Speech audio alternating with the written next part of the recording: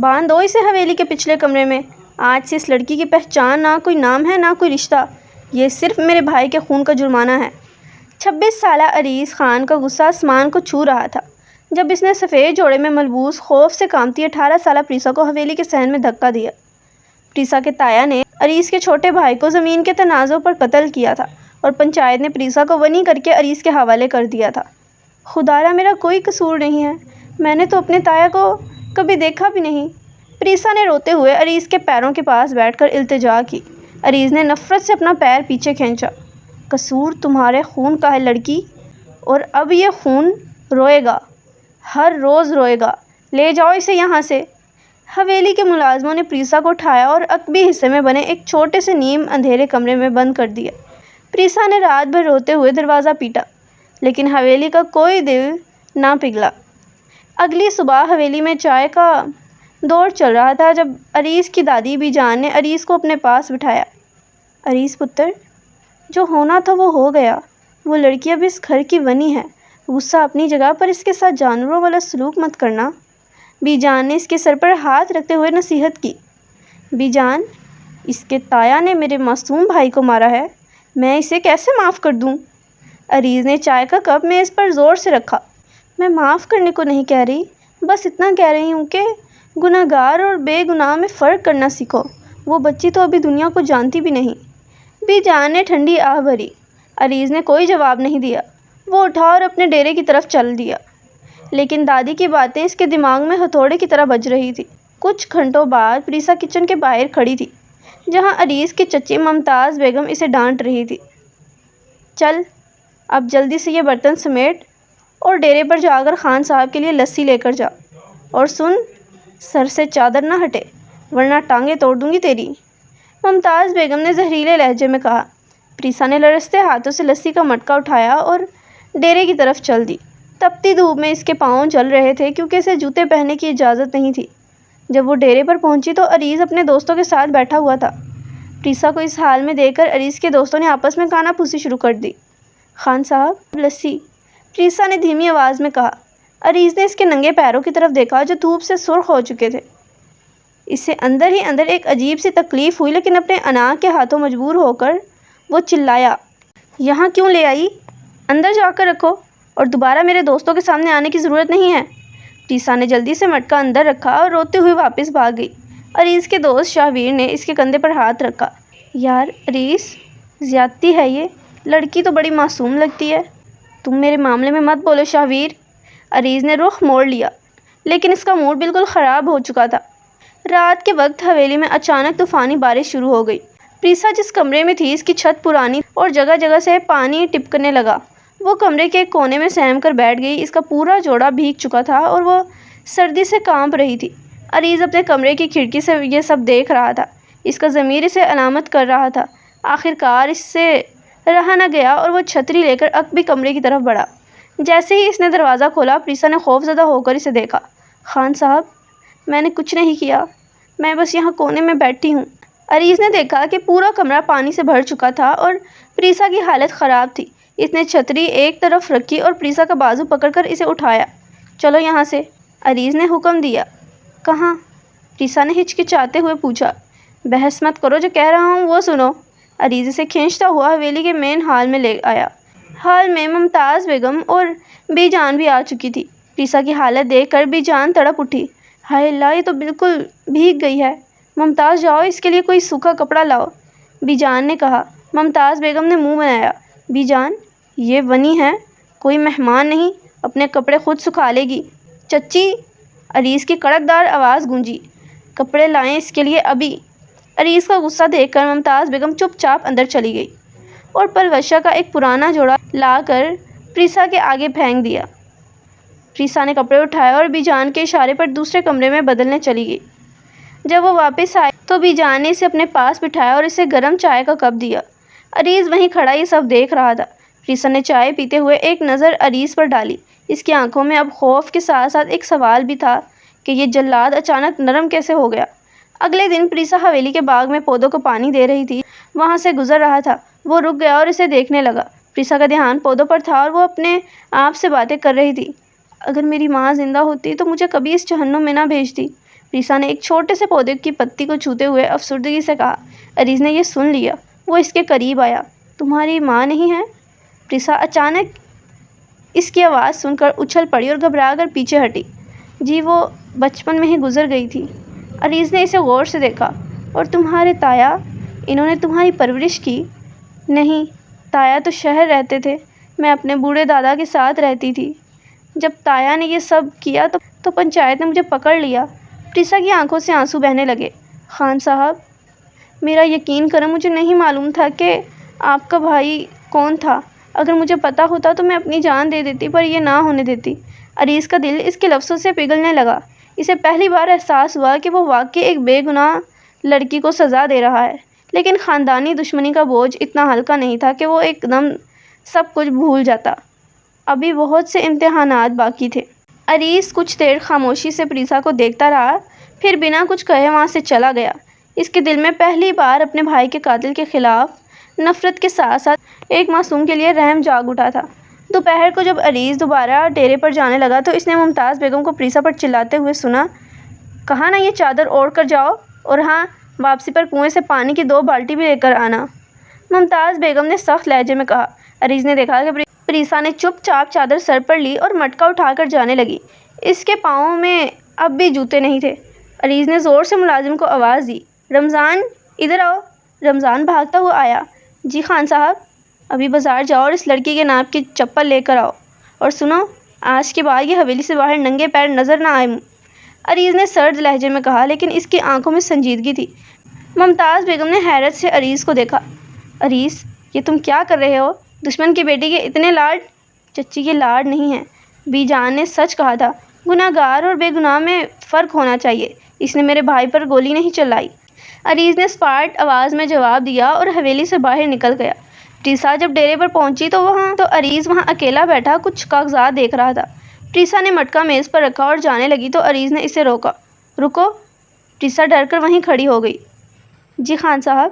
عریض نے میز پر رکھی چپلوں کی جوڑی اس کی طرف بڑھائی۔ یہ پہن لو۔ پریسا نے حیرت اور خوف کے ملے جلے تاثرات سے چپلوں کو دیکھا، پھر عریض کا چہرہ دیکھا۔ یہ میرے لیے؟ ہاں، تمہارے لیے ہیں۔ پہن لو اور آئندہ ننگے پاؤں باہر مت نکلنا۔ عریض اپنی آواز کو سخت رکھنے کی کوشش کی، لیکن اس کا لہجہ نرم ہو چکا تھا۔ پریسا نے لرزتے ہاتھوں سے چپل اٹھائی اور پہن لی۔ شکریہ خان صاحب۔ اس کی آواز میں سچی ممنونیت تھی۔ شکریہ کی ضرورت نہیں ہے، اپنے تایا کا قرض اتار رہی ہو تم یہاں۔ عریض نے رخ موڑتے ہوئے کہا، جیسے وہ خود کو یاد دلا رہا ہو کہ پریسا کون ہے۔ اگلے چند دن حویلی میں سکون سے گزرے۔ عریض کا رویہ پریسا کے ساتھ بدل چکا تھا۔ وہ اب اسے بے جان نہیں ڈانٹتا تھا، بلکہ ممتاز بیگم کی سختیوں سے بھی اسے بچانے لگا تھا۔ لیکن یہ سکون زیادہ دن قائم نہیں رہنے والا تھا۔ ایک شام حویلی کے دروازے پر زور زور سے دستک ہوئی۔ ملازم نے دروازہ کھولا تو عریض کا چچا زاد بھائی شمشیر چند مسلح آدمیوں کے ساتھ اندر داخل ہوا۔ اس کے چہرے پر غصہ اور نفرت واضح تھی۔ کہاں ہے وہ لڑکی؟ شمشیر حال میں قدم رکھتے ہوئے چلایا۔ بی جان اور ممتاز بیگم اپنے کمروں سے باہر نکل آئی۔ پریسا جو وہیں صحن کی صفائی کر رہی تھی، خوف سے دیوار کے ساتھ لگ گئی۔ کیا ہوا شمشیر؟ یہ کیسی بدتمیزی ہے؟ بی جان نے گرجدار آواز میں پوچھا۔ بی جان، اس لڑکی کے تایا نے شہر میں ہمارے ایک اور بندے پر حملہ کیا ہے، اور لوگ باز نہیں آ رہے، اور ہم یہاں اس قاتل کے بھتیجی کو عیش کروا رہے ہیں۔ شمشیر نے غصے سے پریسا کی طرف اشارہ کیا۔ آج میں اس کا حساب لوں گا۔ شمشیر نے پریسا کا بازو پکڑنے کے لیے ہاتھ بڑھایا تھا کہ عریض حال میں داخل ہوا اور اس نے شمشیر کا ہاتھ بیچ میں ہی جگڑ لیا۔ ہاتھ پیچھے کرو شمشیر۔ عریض، تم اس کی طرفداری کر رہے ہو؟ بھول گئے دلاور بھائی کا خون؟ شمشیر نے اپنا ہاتھ چھڑانے کی کوشش کرتے ہوئے کہا۔ مجھے اپنے بھائی کا خون یاد ہے، اور اس کا حساب میں خود کروں گا۔ پریسا پنچایت کے فیصلے کے مطابق میری ونی ہے، اس گھر کی عزت ہے۔ اب اس پر ہاتھ اٹھانے کا حق کسی کو نہیں، تمہیں بھی نہیں۔ عریض نے شمشیر کو پیچھے دھکیل دیا۔ یہ دشمن کا خون ہے عریض، یہ کبھی وفادار نہیں ہو سکتی۔ شمشیر نے دانت پیستے ہوئے کہا۔ جو بھی ہے، یہ میری ذمہ داری ہے، تم میرے معاملے سے دور رہو۔ عریض نے حتمی لہجے میں کہا۔ شمشیر غصے سے پیر پٹکتا ہوا اپنے آدمیوں کے ساتھ باہر نکل گیا۔ اس واقعے کے بعد پریسا کے دل میں عریض کے لیے خوف بالکل ختم ہو گیا، اور اس کی جگہ ایک عجیب سا احترام پیدا ہو گیا۔ رات کو جب سب سو گئے تو پریسا کچن میں عریض کے لیے دودھ کا گلاس لینے گئی۔ عریض حال میں اکیلا بیٹھا اپنے بھائی کی تصویر دیکھ رہا تھا۔ پریسا آہستہ سے اس کے قریب آئی اور دودھ کا گلاس میز پر رکھا۔ خان صاحب، آپ نے آج مجھے بچایا، آپ کا بہت شکریہ۔ عریض نے تصویر سے نظریں ہٹائی اور پریسا کو دیکھا۔ میں نے تمہیں نہیں بچایا پریسا، میں نے اپنے گھر کے اصولوں کو بچایا ہے۔ پھر بھی اگر آپ نہ ہوتے تو شمشیر صاحب مجھے جان سے مار دیتے۔ پریسا کی آنکھوں میں آنسو آ گئے۔ میں واقعی بے قصور ہوں خان صاحب، مجھے بھائی کی موت کا جتنا دکھ ہے میں بیان نہیں کر سکتی۔ عریض اٹھ کر کھڑا ہوا اور اس کے بالکل قریب آیا۔ تمہیں معلوم ہے پریسا، ونی کی زندگی موت سے بدتر ہوتی ہے۔ میں نے فیصلہ کیا ہے کہ میں تمہیں اس سزا سے آزاد کر دوں گا۔ پریسا نے چونک کر اسے دیکھا۔ آزاد؟ لیکن پنچایت کو میں خود سنبھالوں گا۔ میں تمہیں تمہارے دادا کے پاس واپس بھیج دوں گا۔ یہاں روز روز کی ذلت سے بہتر ہے کہ تم اپنے گھر واپس چلی جاؤ۔ عریض نے سنجیدگی سے کہا۔ پریسا کا دل دھک سے رہ گیا۔ اسے خوش ہونا چاہیے تھا لیکن اس کے دل میں ایک عجیب سی ٹیس اٹھی۔ اور آپ کے بھائی کا خون، اس کا بدلہ گنہگار سے لیا جاتا ہے، معصوم سے نہیں۔ عریض نے گہرا سانس لیا۔ تم کل صبح چلی جانا، میں خود تمہیں چھوڑ جاؤں گا۔ اگلی صبح حویلی کے سامنے عریض کی گاڑی کھڑی تھی۔ پریسا کا مختصر سا سامان گاڑی میں رکھ دیا گیا تھا۔ بی جان نے پریسا کے سر پر ہاتھ رکھا اور اسے دعائیں دی۔ ممتاز بیگم ایک کونے میں کھڑی منہ بنا رہی تھی لیکن عریض کے خوف سے کچھ بول نہیں رہی تھی۔ پریسا نے حویلی کو الوداعی نظروں سے دیکھا، پھر عریض کی طرف دیکھا جو گاڑی کا دروازہ کھولے کھڑا تھا۔ وہ چپ چاپ گاڑی میں بیٹھ گئی۔ پورے راستے دونوں کے درمیان خاموشی رہی۔ پریسا کا گاؤں آ گیا تو عریض نے گاڑی ایک چھوٹے سے مٹی کے گھر کے سامنے روکی۔ پریسا کے بوڑھے دادا لاٹھی ٹیکتے ہوئے باہر آئے۔ اپنی پوتی کو صحیح سلامت دیکھ کر ان کی آنکھوں سے آنسو بہنے لگے۔ پریسا میری بچی، انہوں نے پریسا کو گلے سے لگا لیا۔ عریض گاڑی سے باہر آیا۔ پریسا کے دادا نے کانپتے ہاتھوں سے عریض کے آگے ہاتھ جوڑے۔ خان صاحب، آپ کا بڑا احسان ہے جو میری بچی کو واپس بھیج دیا۔ ہم غریب لوگ ہیں، دشمنی نے ہمارا سب کچھ اجاڑ دیا۔ عریض نے بوڑھے دادا کے ہاتھ نیچے کیے۔ بابا جی شرمندہ مت کریں، قصوروار آپ لوگ نہیں تھے۔ پریسا اب آزاد ہے، اس پر ہمارے خاندان کا کوئی حق نہیں ہے۔ پریسا نے گاڑی کے پاس کھڑے عریض کو دیکھا۔ اس کی آنکھوں میں شکر گزاری اور الوداعی درد صاف نظر آ رہا تھا۔ عریض نے ایک آخری نظر پریسا پر ڈالی، پھر گاڑی میں بیٹھ کر واپس حویلی کی طرف چل دی۔ دشمنی کا ایک باب بند ہو چکا تھا لیکن عریض کے دل میں پریسا کا نام ہمیشہ کے لیے نقش ہو گیا تھا۔ عریض حویلی واپس تو آ گیا تھا لیکن اس کا دل وہیں اس مٹی کے چھوٹے سے گھر میں چھوٹ گیا تھا۔ حویلی کے در و دیوار اب اسے کاٹنے کو دوڑتے تھے۔